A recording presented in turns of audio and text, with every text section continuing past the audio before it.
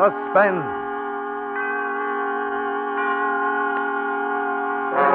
Autolite and its 96,000 dealers present Mr. BURT Lancaster in The Long Wait, a suspense play produced and edited by William Spear. Over the river and through the woods to grandmother's house we go. The horse knows the way to carry the sleigh. Hey, that's not the way Hurrah for Thanksgiving Day goes. What do you mean? Why, I wrote it. No matter. The 1950 version is different. Listen. Over the river and through the woods, the snow is soft and white. Grandpa is happy with his jalopy. His spark plugs are Autolite. Over the river and through the woods blow high, ye winds blow low. The car's as snappy as Grandma and Pappy.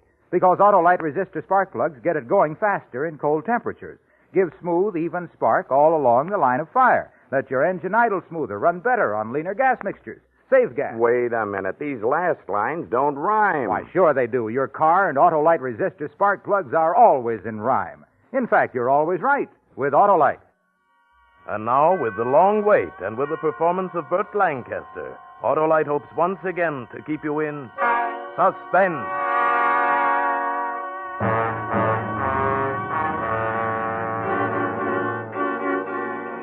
When I stepped off the train at Grand Central, I spotted Len Bush waiting for me. All the heat of my body sucked into my head. I knew that feeling. I felt that way every time I wanted to kill a man. He waved to me. I turned my back and I started up the ramp for the upper level in the street. He caught up to me and he kept pace with his long, shuffling lope.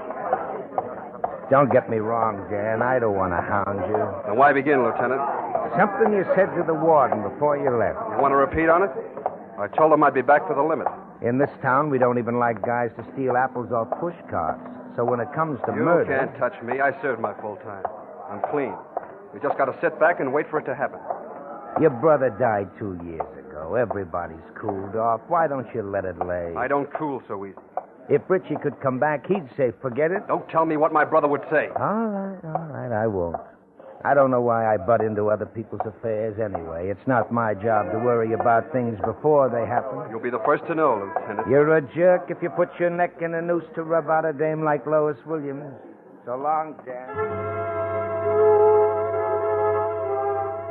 I waited until he was swallowed in the crowd. Then I went across and down Park until I made the Coronet Hotel on 40th Street. Danville? Oh, yes. Mr. Thompson reserved a room for you. 423. The elevator was an old cage that pulled itself upward, like an old man with asthma climbing stairs. I caught the reflection of my face in the panel mirror of the cage. 3 years housekeeping with the state hadn't left a mark. A little paler, maybe. Serene was the word for me. That's the way the reporter put it. The serene countenance of an alabaster saint, showing no trace of the killer rampant under the shell. Only I hadn't killed anyone. Yet. I got out of the elevator and I found 423. Inside, I made for the bathroom. I felt under the washstand. The gun was there. Shorty Thompson had it taped neatly in place, just like he'd promised. I pried it loose. I heard someone at the door. I yanked it open. Lois Williams came in. Not exactly came in. She sort of slithered in along the wall and hung there like a busted balloon. The little rat was as beautiful as ever. The scared look in her eyes made them brighter, greener. She was wearing one of those curved gowns that she used to design for herself and was pointed up neat and tidy. She stared at the gun in my hand in a kind of a glad, hungry way. Or I'd save you the trouble of coming for me. I'd have found you. But thanks anyway. What are you waiting for? I don't know. Go ahead. Kill me. Don't hurry me. Go ahead. You want me dead and I don't want to live. You want to die. That's why you came to me. There's one thing, Dan, about Richie. I didn't think he'd kill himself. You figured he'd enjoy looking at his wife and kids through bars for the next 10 years, huh? I've lost every friend I had because of that. Nobody will speak to me, have anything to do with me. I can't get a job either. No club will hire me. They're all afraid of me. What do you expect? They all knew how I felt about my brother. By the way, how is Tim Grady? I'm going to look him up, too. That's a kick. I ratted on Richie to save Tim, and then he shook me loose. He didn't want anything to do with a squealer, he said. And you still love that dirty... It took him to make you miserable enough to want to die, huh? All right, so now you know. No job, no friends, no Tim. I got nothing to live for. My brother had everything to live for, and you... He killed himself. That'd save the postmortem till after you do the job. This was the dame who caused my brother's death. But she wasn't scared. She was begging for it. Something was wrong. She came closer to me. She looked up at me with that haunted thing all over her. Desire for an end of life. I thought of her suddenly dead, still looking like that. I couldn't do it. It wasn't right. I put my gun back in my pocket. She saw me do it. Even when I try to get myself killed, I fumble. I'll take care of it myself. Hey, watch it, you crazy little... Come here. Oh, let me go. I'm allergic to people jumping out of windows, especially out of a room registered in my name. Come here. Why? Why did you stop me? You always were a high-strung dame. Now go on, go home. Go home and sleep it off like it was a jag. I don't have a home. You really don't, huh? I got nothing. I told you, I got nothing. No. No, it's no fun this way. Oh, well. Wait a minute. I'll take you to a room in the hotel. Here, have a drink. You'll feel better. Thanks. Lois. Lois, I'd like to help you. You help me? Why? To tell you the truth, I don't know. But I know what Richie meant to me. I was with him when he died. I heard the way he called your name. Dan, listen to me. Before you became a singer, you were a dress designer. Oh, what does that prove? Well, it proves your troubles are over if you want them to be. The only way my troubles will be over is for you to use that gun. There's a way that doesn't hurt so much. The nerve doc says there's nothing like starting your own business or cracking a safe to get your mind off trouble. What do you know about psychiatry? Nothing. But I know plenty about cracking safes. And I understand business is almost the same thing. Go into business. I haven't got a dime. I'll supply the coin. We'll be partners. Yeah? And what? The dress business. Dressed it. The boys would laugh you out of town. Nobody laughs at Dan Verrill. Well, come on, what do you say? Partners? I haven't designed this dress for years. Oh, it'll come back to you. Once you're in business, you're sure to make a lot of new friends. Get a new slant on life. I'll tell you what I'll do. I'll talk to the old gang into giving you a break again. If things are going smooth, you'll be happy again. You think so? I looked at her a minute. And then I put across the clincher. Lois, I'll bet even Tim Grady comes back. I was always baffled by the effect a guy could have on a dame. I watched hope push some of the unhappiness off her face. Mentioned the guy, and the dame's heart changes places with her brain. She hesitated a second. I'll give it a try. Good. Now, do you think you can make it past bridges and open manholes, or do you need protection? I'm all right now. After all, we're partners.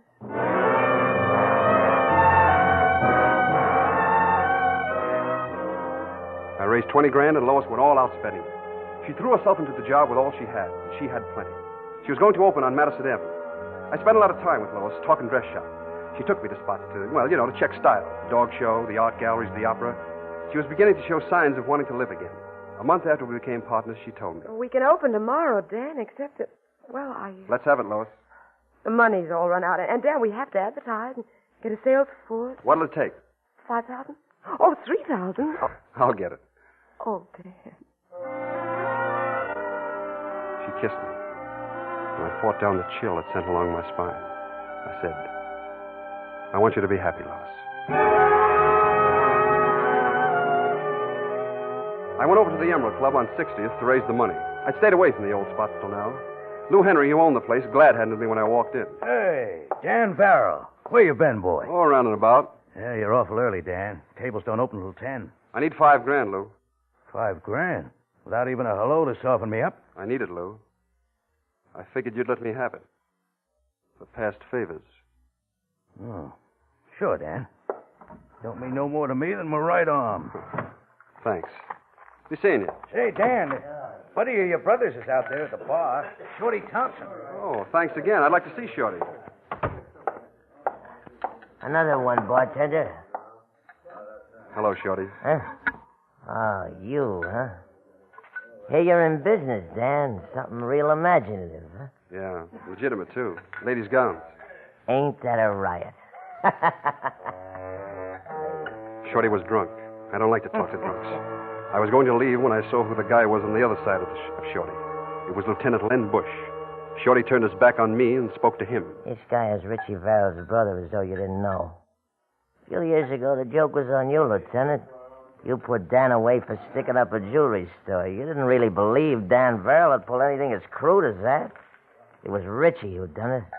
But Big Brother here took the rap. Shut up, Shorty. Used to be sort of a gag with the boys. If Richie got shot, Danny Boy would do the bleeding for him. Everybody knew that Richie was 1 in a million. Everybody knew that Danny Boy would die for the kid. Yeah, I'm going to let you in on the secret, Bush. Danny Boy's partner is the dame who killed Richie Varro. You're drunk, Shorty. Get away from me, you rat. I turned back to the bar and I kept my temper in my pocket. If Shorty kept talking like that, it wouldn't be healthy for him, and I didn't want to do anything to him. He was Richie's best friend. 2 more of Richie's friends walked in while I was downing my drink. Gus Manning and Tommy Algo. I put my glass down and I started to leave. Just a minute, then. What's on your mind? The way I get the news, you and Lois are teamed up. Yeah? That's all I want to know. You think... Hey, hold it, Gus, hold it. Maybe Dan's got it scrambled. Lieutenant, Lois Williams is a dame who pinned the rap on Richie, ain't she? Any newspaper morgue will give you the answer. Look, I know she testified against him. And you know she lied about your brother to save Tim Grady. I know. Well? All right. Lieutenant, the boys and I want to have a little talk. Okay, Dan, it's your funeral. We all watched Len put on his hat and walk out. I put my back up against the bar so none of them could get behind me. Well, what are we waiting for?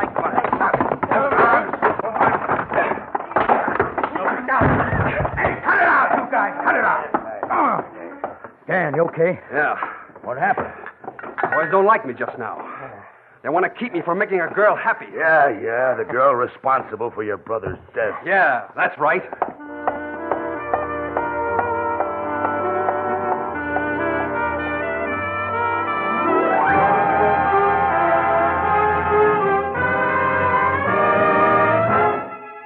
Autolite is bringing you Mr. Burt Lancaster in The Long Wait, tonight's production in radio's outstanding theater of thrills, Suspense.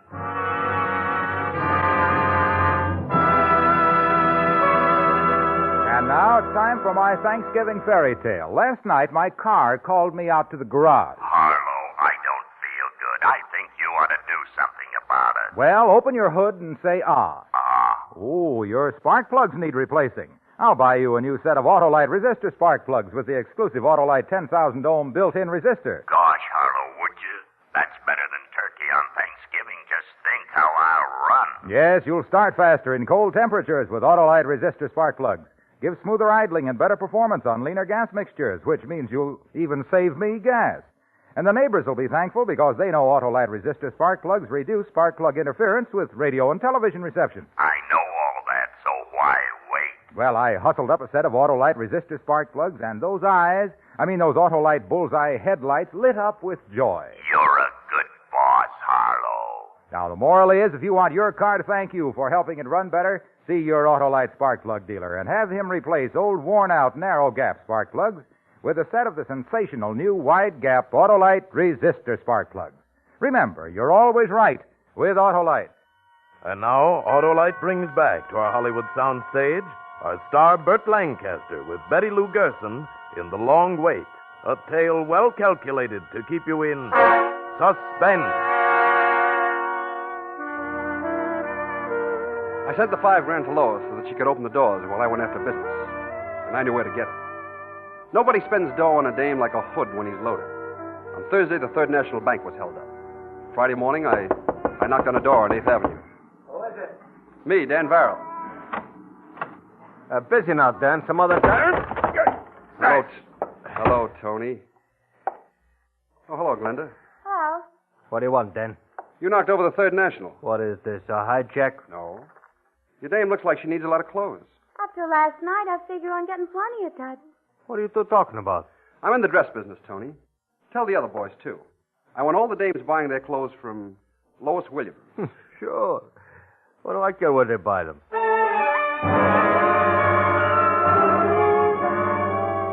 The next day, I ran into Numbers Johnson. He ran the policy racket on the east side. I don't have a dame, Dan. You know that. Yeah, I know. It's about time you gave your wife a break. If I buy her clothes now, she'll expect me to every time I hit. That's the idea. Do you see it my way, or do I don't figure it. You, in the dress business. Well, if I keep happy in the dress business, I'll stay out of the numbers business. Which way do you want to play? The doll will get some new duds.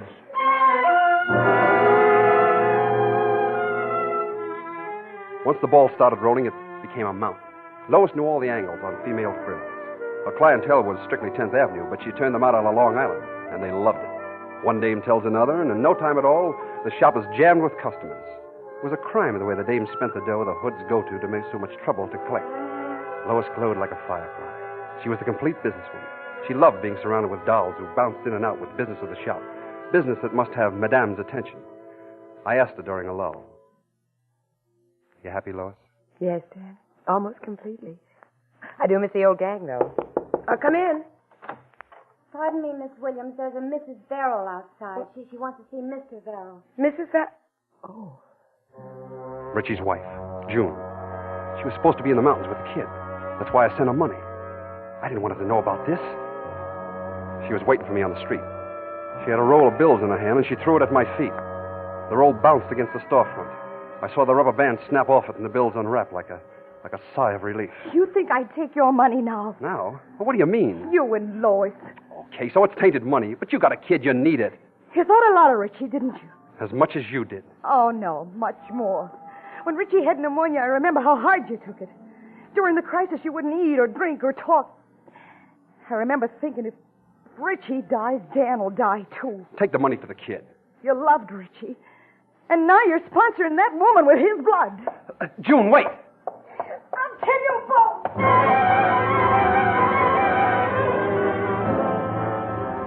Nobody was going to keep me from doing what I wanted.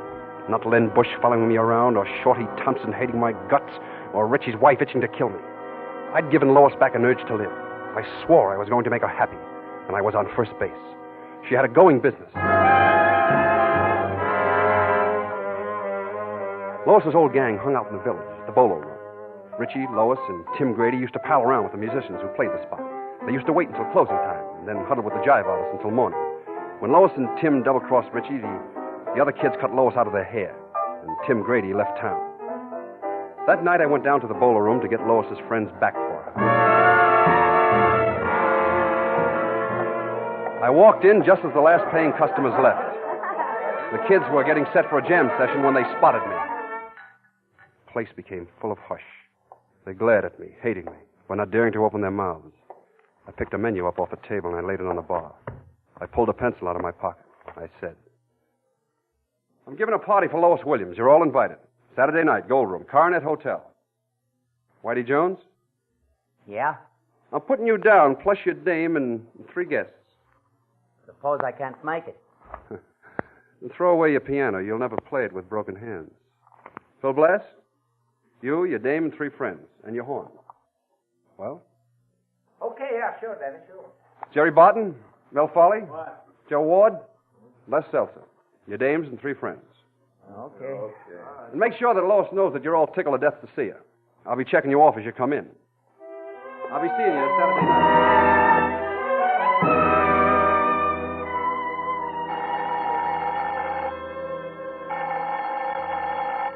It was Friday, the day before the party. Hello? Hello, Dan. Yeah? This is Lou Henry down at the Emerald Club. Yeah.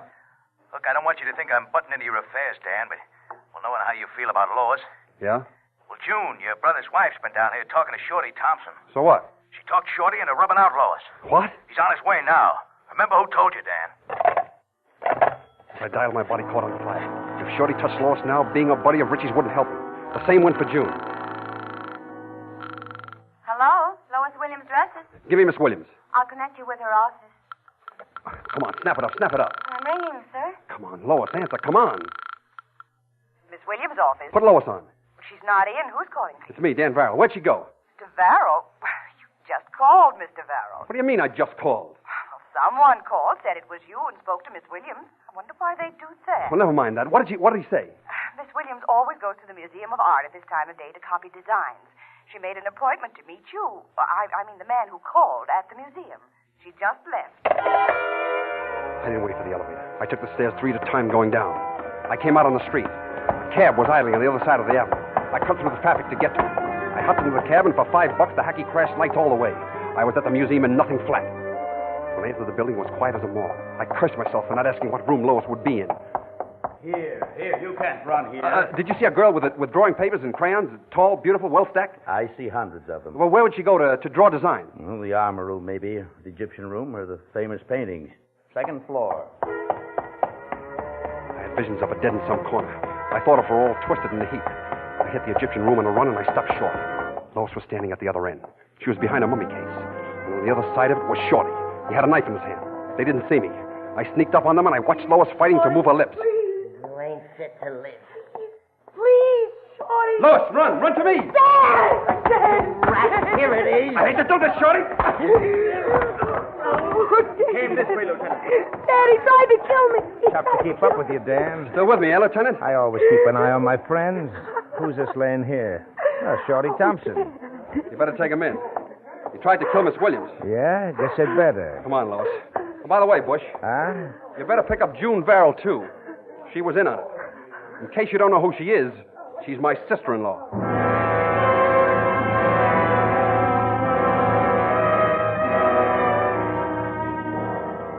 With June and Shorty out of the way for a while, nothing was going to upset things now. The party Saturday night in the Gold Room was a big success. Every time somebody tried to make a break for home, I beat them to the exit and insisted they stay. The place was full of smiles and how-to-dos, and only Lois didn't know they were phony. She was a dream in a green, backless evening gown, held up by a deep breath and an anxious look. She bubbled around, greeting people. Thank you. I enjoyed it. Lois! Dan, where have you been hiding? No place. Tell me, Lois, you happy? Dan, Just be happy. That's all I ask. Just be happy. I'm doing my best, Dan. Is there any guy here you like? Anybody? There's just one guy for me, Dan. He's not here. But he is. He's back in town. He's at the Sphinx Hotel. Tim, Yeah. Lois, I think I'll drop over and see him now. Dan, you're not going to do anything? Don't worry, Lois. I'm going to fix everything.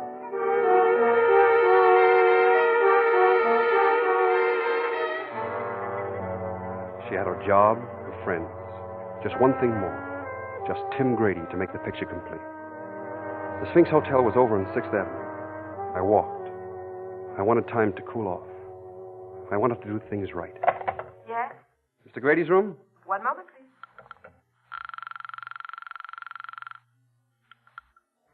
Yeah? This is Dan Verrill. Dan, Yeah, remember? it's 3 a.m., Dan. I won't take much of your time. Won't tomorrow do? I'm coming up now.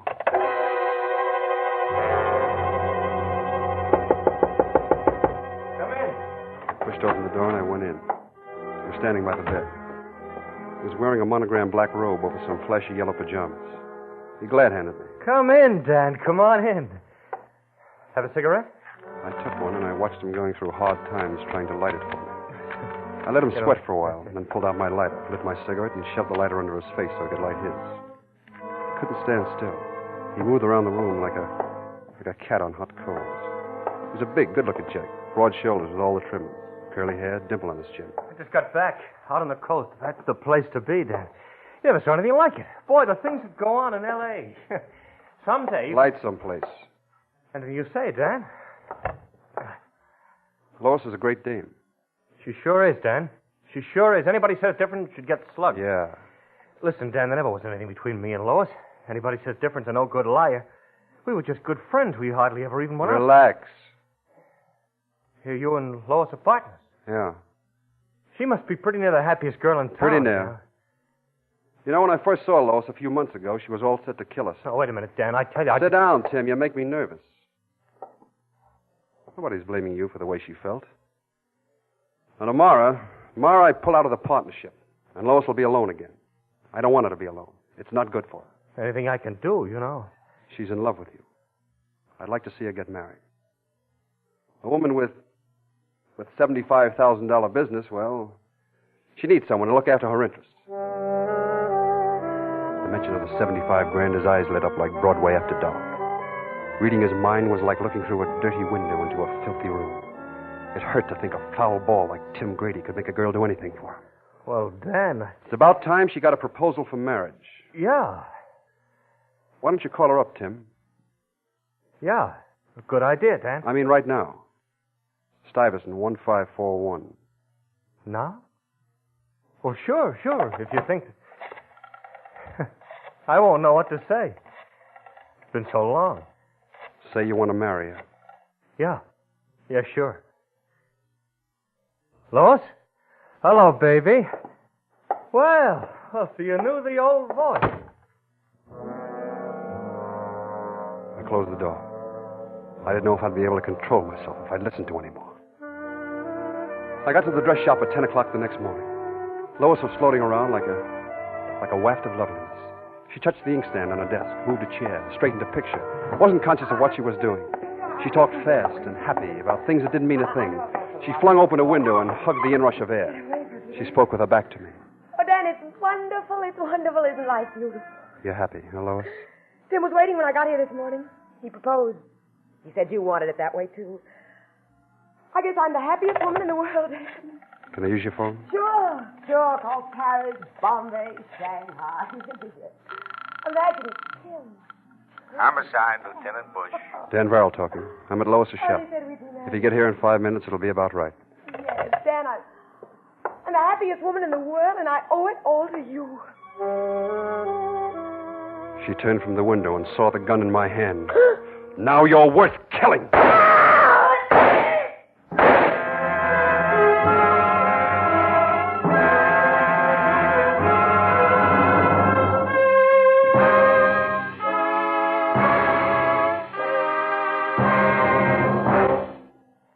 Suspense, presented by Autolite. Tonight's star, Burt Lancaster, with Betty Lou Gerson. Oh, boy, am I happy.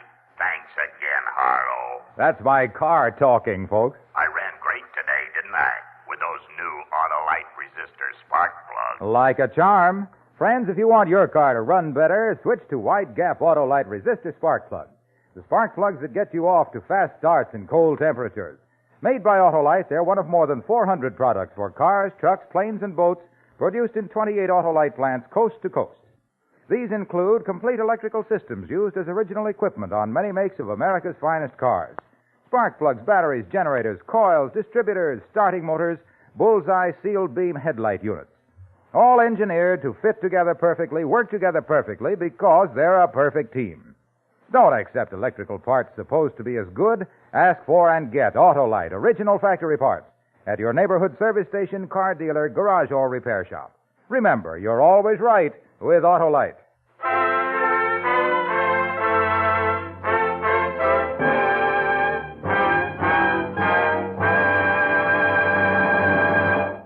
Next Thursday for Suspense, James Stewart will be our star. The play is called Mission Completed. And it is, as we say, a tale well calculated to keep you in suspense.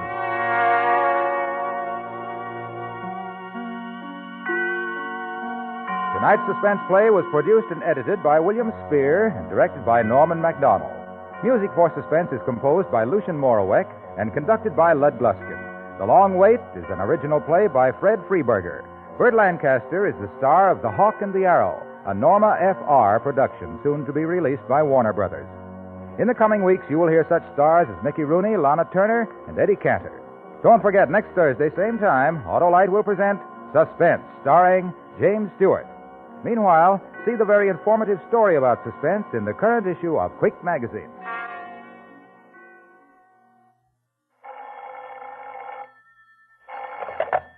You can buy Autolite resistor spark plugs, Autolite stay-full batteries, Autolite electrical parts at your neighborhood Autolite dealers. Switch to Autolite. Good night. Freedom is everybody's job. Take an active part in national, state, and community affairs to protect your liberty. This is CBS, the Columbia Broadcasting System.